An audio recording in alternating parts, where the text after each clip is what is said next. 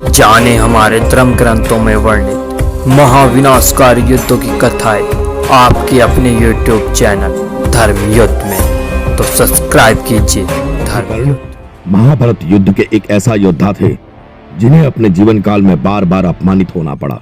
जन्म लेते ही उन्हें जन्म देने वाली माता ने त्याग कर दिया। शिक्षा ग्रहण करने जब गुरु द्रोणाचार्य के पास गए तो उन्होंने कर्ण को सूत पुत्र होने के कारण शिक्षा देने से मना कर दिया। तब एक ब्राह्मण का स्वरूप धारण कर गुरु परशुराम के पास पहुंचे, क्योंकि शिक्षा पूर्ण होने के बाद जब गुरु परशुराम को यह बात पता चली कि यह एक ब्राह्मण पुत्र नहीं बल्कि एक सूत पुत्र है, तो उन्होंने कर्ण को एक शापित जीवन जीने को विवश कर दिया।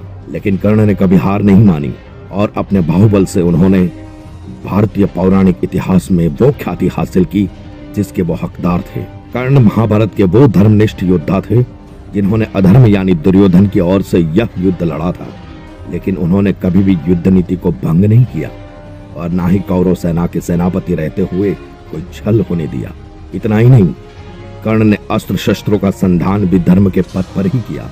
हिंदू धर्मशास्त्रों के अनुसार पौराणिक काल में दिव्यास्त्रों के संधान के लिए दिव्य धनुष की आवश्यकता होती थी, क्योंकि साधारण धनुष से दिव्यास्त्रों का संधान नहीं किया जा सकता था। कर्ण का यह धनुष भी एक दिव्य धनुष था जिसे उन्हें उनके गुरु परशुराम ने दिया था। दरअसल गुरु द्रोणाचार्य ने जब एक सूत पुत्र होने के कारण कर्ण को शिक्षा देने के लिए मना कर दिया, तो वो अस्त्र शस्त्र की शिक्षा पाने के लिए एक ब्राह्मण पुत्र बनकर गुरु परशुराम के पास पहुंचे, क्योंकि उन्हें डर था कि कहीं सूत पुत्र होने के कारण परशुराम भी उन्हें अपना शिष्य बनाने से मना ना कर दे। ब्राह्मण के वेश में कर्ण ने परशुराम के अस्त्र शस्त्रों का ज्ञान तो प्राप्त कर लिया, लेकिन जब कर्ण की शिक्षा पूरी हो चुकी थी कि तभी एक दिन उनके गुरु को पता चला कि कर्ण किसी ब्राह्मण का पुत्र नहीं बल्कि एक सूत का पुत्र है। क्रोध में उनके गुरु परशुराम ने कर्ण को श्राप दे दिया कि तुमने मुझसे धोखे से शिक्षा प्राप्त की है, इसलिए जब तुम्हें मेरी दी गई शिक्षा की सबसे ज्यादा जरूरत होगी उस समय तुम सब कुछ भूल जाओगे।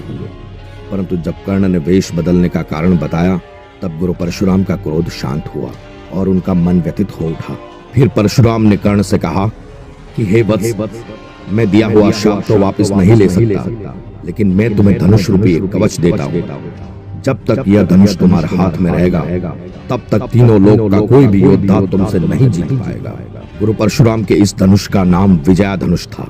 कर्ण ने अपने इस धनुष का इस्तेमाल या तो दिव्यास्त्र चलाने के लिए किया या फिर अर्जुन के साथ युद्ध करते वक्त। बाकी समय वे एक साधारण धनुष से ही कुरुक्षेत्र में युद्ध करते रहे।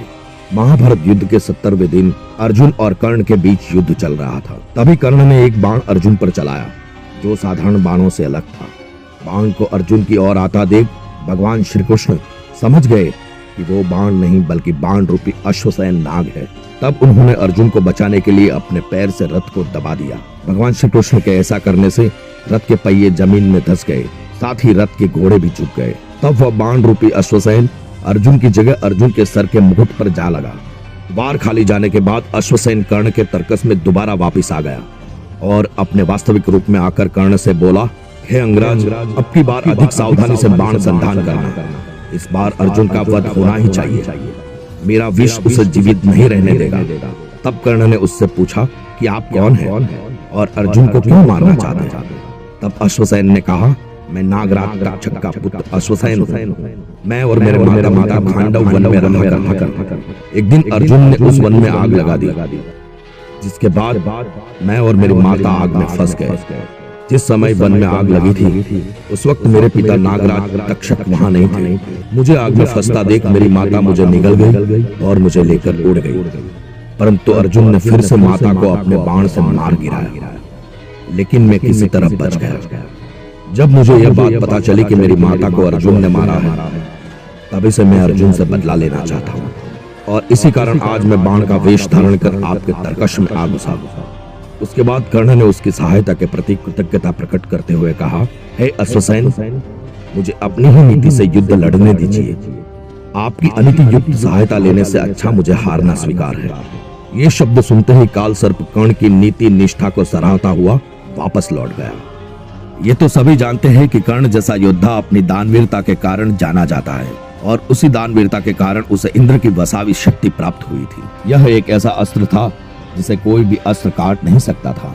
दरअसल युद्ध के निश्चित हो जाने के बाद इंद्रदेव को अर्जुन की चिंता सताने लगी कि कर्ण के कवच कुंडल रहते मेरा पुत्र अर्जुन उसे कैसे परास्त कर पाएगा, क्योंकि वे जानते थे कि सूर्यदेव का दिया हुआ कवच कुंडल जब तक कर्ण के पास है तब तक उसे कोई नहीं हरा सकता। इसलिए इंद्रदेव ने छल का सहारा लिया और एक दिन जब कर्ण सुबह के समय सूर्यदेव को जल अर्पित कर रहे थे तब इंद्रदेव ब्राह्मण का वेश बनाकर उसके पास पहुंचे और कर्ण से उसका दिव्य कवच कुंडल मांग लिया। सूर्य को अर्घ्य देते समय कर्ण से कोई भी कुछ मांगता तो वे मना नहीं करते थे। इसी वजह से उसने ब्राह्मण रूपी इंद्र को अपना कवच कुंडल दान में दे दिया और फिर उस ब्राह्मण से बोले, हे ब्राह्मण, आप अपने असली रूप में आ जाइए, क्योंकि मैं जानता हूँ कि आप देवराज इंद्र हैं और मैं ये भी जानता था कि आज आप मुझसे मेरा कवच कुंडल दान में मांगने वाले हैं। कर्ण के मुख से ऐसी बात सुनकर देवराज इंद्र उसी क्षण अपने असली रूप में आ गए और बोले, हे कर्ण, तुम्हें मेरे बारे में किसने बताया और जब तुम जानते थे तो आज सूर्य को अर्घ्य देने क्यों आए? कर्ण ने कहा, हे देवेंद्र, मुझे ये सारी बात रात को मेरे पिता सूर्यदेव ने बताई और मुझे अर्घ्य देने से भी मना कर दिया। परंतु हे देवेंद्र, अब आप ही बताइए कि मैं अपने धर्म से कैसे विमुख हो सकता था। तब इंद्रदेव ने कहा, हे कर्ण, तुम महान हो। इस दुनिया में आज तक तुमसे बड़ा दानी ना कभी हुआ है और ना ही पृथ्वी के अंतकाल तक कोई होगा। आज के बाद से तुम महादानवीर कर्ण के नाम से जाने जाओगे। इसके अलावा मैं तुम्हें अपनी वसावी शक्ति भी देता हूँ, जिसका इस्तेमाल तुम एक बार कर सकोगे। इस शक्ति का जिस किसी पर भी संधान करोगे उसे कोई भी शक्ति बचा नहीं सकेगी। इसके बाद देवराज वहां से अंतर्ध्यान हो गए। जब महाभारत युद्ध शुरू हुआ तो कर्ण ने अपनी यह शक्ति अर्जुन के लिए बचा कर रखी थी, लेकिन भगवान श्री कृष्ण ने भीम और हिडिंबा के पुत्र घटोत्कच को युद्ध में शामिल कर कर्ण को इंद्र की दी हुई वसावी शक्ति को चलाने को विवश कर दिया। इन तीनों शक्तियों के अलावा कर्ण के पास आग्नेयास्त्र, पाशुपतास्त्र, रुद्रास्त्र, ब्रह्मास्त्र, ब्रह्मशिरास्त्र, ब्रह्मांड अस्त्र, भार्गवास्त्र, गरुड़ास्त्र, नागास्त्र, नागपाश अस्त्र जैसे और भी दिव्य अस्त्र थे, जिन्हें मंत्रों से प्रकट कर संधान किया जाता था। इन अस्त्रों को चलाने के लिए महारथी कर्ण अपने विजया धनुष का इस्तेमाल करता था। महाभारत युद्ध में जिस समय अर्जुन ने कर्ण का वध किया उस समय कर्ण के हाथ में वह विजया धनुष नहीं था। अगर उस समय उसके हाथ में वह धनुष होता तो अर्जुन कभी भी उसका वध नहीं कर पाता। कैसी लगी वो कमेंट बॉक्स में अवश्य बताइए। मिलते हैं ऐसी दूसरी रोचक माहिती के साथ, तब तक के लिए धन्यवाद।